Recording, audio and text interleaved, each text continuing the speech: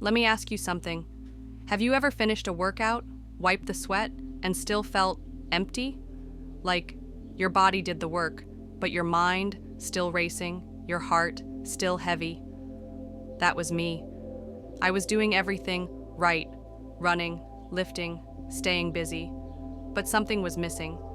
And then I stepped onto a yoga mat, not to burn calories, not to look flexible, but because I was tired, not just physically, but emotionally, mentally, spiritually. And slowly, with each breath and each quiet moment, I realized something. Yoga isn't just exercise. It's medicine for the soul. And today, I want to share with you why. What we get wrong about yoga. Let's be real. When most people think of yoga, they picture something specific. A young, bendy person doing a perfect pose in a sunlit studio. Maybe some gentle music playing in the background. And sure, yoga can look like that, but yoga isn't a performance. It's not about being perfect or looking spiritual. It's about being real, honest, present. Yoga is one of the few places where you're encouraged to slow down, to listen to your body, to feel what's actually going on, not just push through it. It's not just a workout for your body, it's a work-in for your mind and heart. Breath, the silent teacher. One of the first things yoga teaches you is to pay attention to your breath. Now, that might sound small, but it changes everything. Most of us go through our day breathing shallow and tight, especially when we're stressed, and we don't even notice it. But in yoga, you learn to slow down, to inhale fully and exhale completely, to breathe with intention. And when you breathe like that, your whole nervous system begins to shift. Anxiety loosens its grip. The noise in your head starts to fade, and a kind of quiet shows up. Not empty quiet, but peaceful, grounding quiet. It's like giving your body a message. You're safe. You can let go now. Emotions live in the body. Here's something powerful. Your body remembers things your mind has forgotten.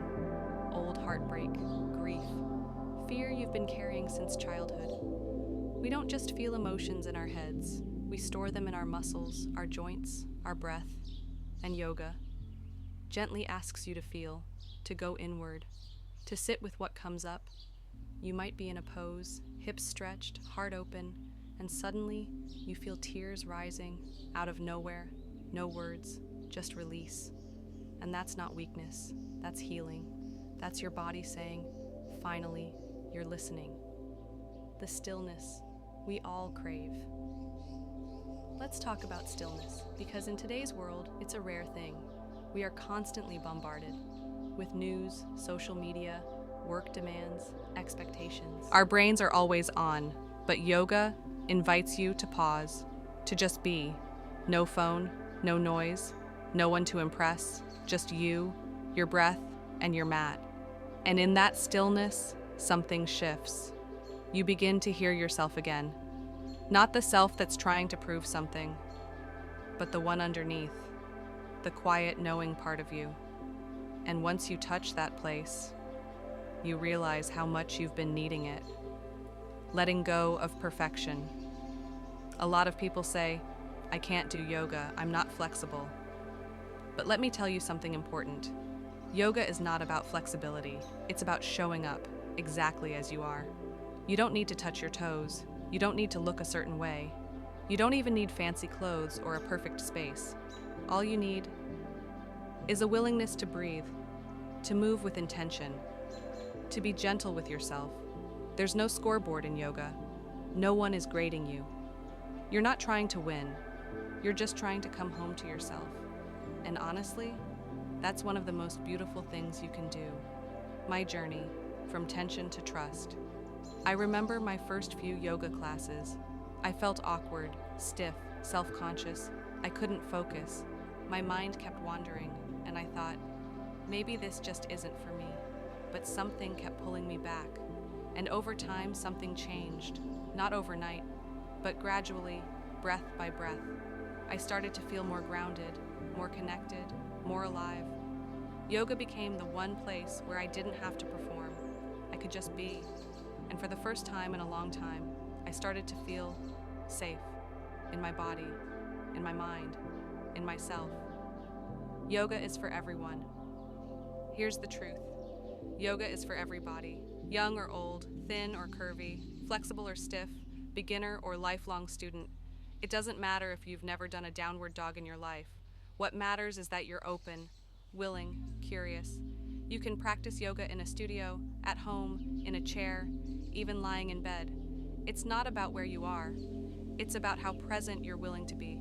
And once you realize that, yoga becomes something more than a class. It becomes a way of living. One breath, one world. One of the most beautiful things about yoga is how it connects us across languages, borders, backgrounds. In every corner of the world, there are people right now, closing their eyes, breathing deeply, moving gently, trying to come back to themselves. A breath in New York, a stretch in Tokyo, stillness in Nairobi, softness in Buenos Aires.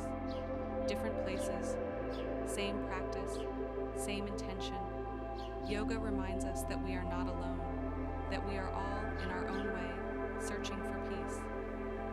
So, if you've been feeling disconnected, exhausted, like you're carrying more than your share, I want to gently remind you, you don't have to keep pushing.